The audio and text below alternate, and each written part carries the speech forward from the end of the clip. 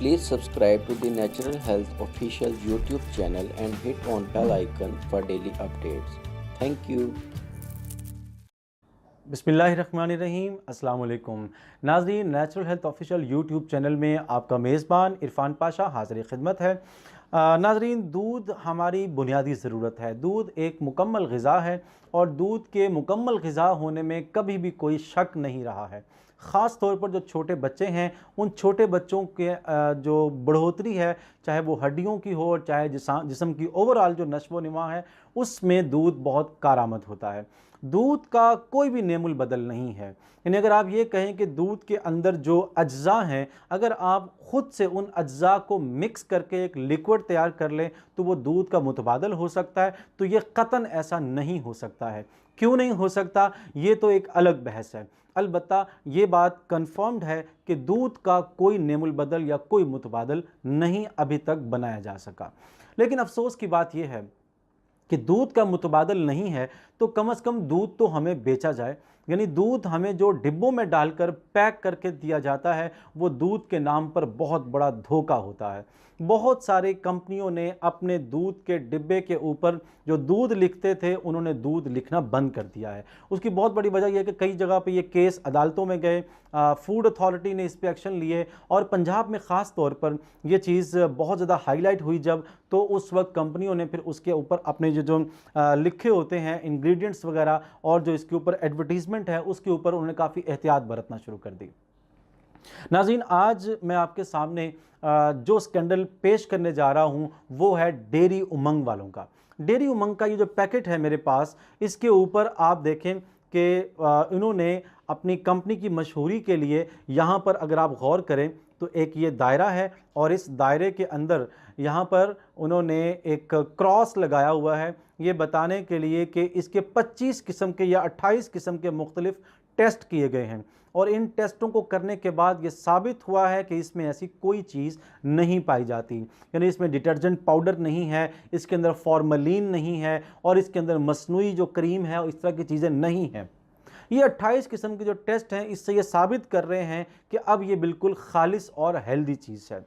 नाज़रीन, सवाल ये है कि दूध जब बेचा जाता है तो कंपनी अपने ऐड इस तरह से देती थी कि अल्लाह ताला ने हर चीज़ पैक करके हमें दी है। कभी वो अनार दिखाते हैं तो छिलकों में पैक होता है, इसी तरह कभी वो आपको तरबूज दिखाते हैं तो छिलकों में पैक होता है। वो बताते हैं कि हर वो चीज़ जो पैक्ड होती है वो कुदरती होती है और ख़ालिस होती है। लेकिन बड़े अफसोस की बात है कि हम लोग उनके इन एड्स के धोखे में आ जाते हैं और समझते हैं कि बिल्कुल ठीक कह रहे हैं। अब दूध भी अल्लाह ने पैदा किया है और फल भी अल्लाह ने पैदा किए हैं। अल्लाह ने अगर फल छिलकों में पैदा किए हैं तो उसकी मर्ज़ी, और दूध उसने खुला दिया है तो उसकी मर्ज़ी। इसका मतलब हम ये कह रहे हैं, यानी कंपनीज हमें ये समझाना चाह रही हैं कि वो दूध जो कि खुला आ रहा है वो खालिस नहीं है और जो डिब्बे में आ रहा है वो खालिस है। तो आइए आपको डिब्बे के दूध की हकीकत बताते चले कि अगर आप इसका ऐड देखते हैं तो उस ऐड में वो आपको क्या बताते हैं, इस तरह से वो शो करते हैं कि जैसे वो दूध का ऐड दे रहे हैं। उसमें वो सेहत की बात करते हैं, दूध गिरता हुआ दिखाते हैं, दूध की चाय बनते हुए दिखाते हैं, सुबह के वक्त दूध का इस्तेमाल, शाम के वक्त दूध का इस्तेमाल, और जो एथलीट हैं वो उसको भी जब भागने के बाद जब वो रुकता है तो उसको दूध पीता हुआ दिखाते हैं, जिससे ये साफ जाहिर होता है कि वो ये बताना चाह रहे हैं कि इसमें दूध है।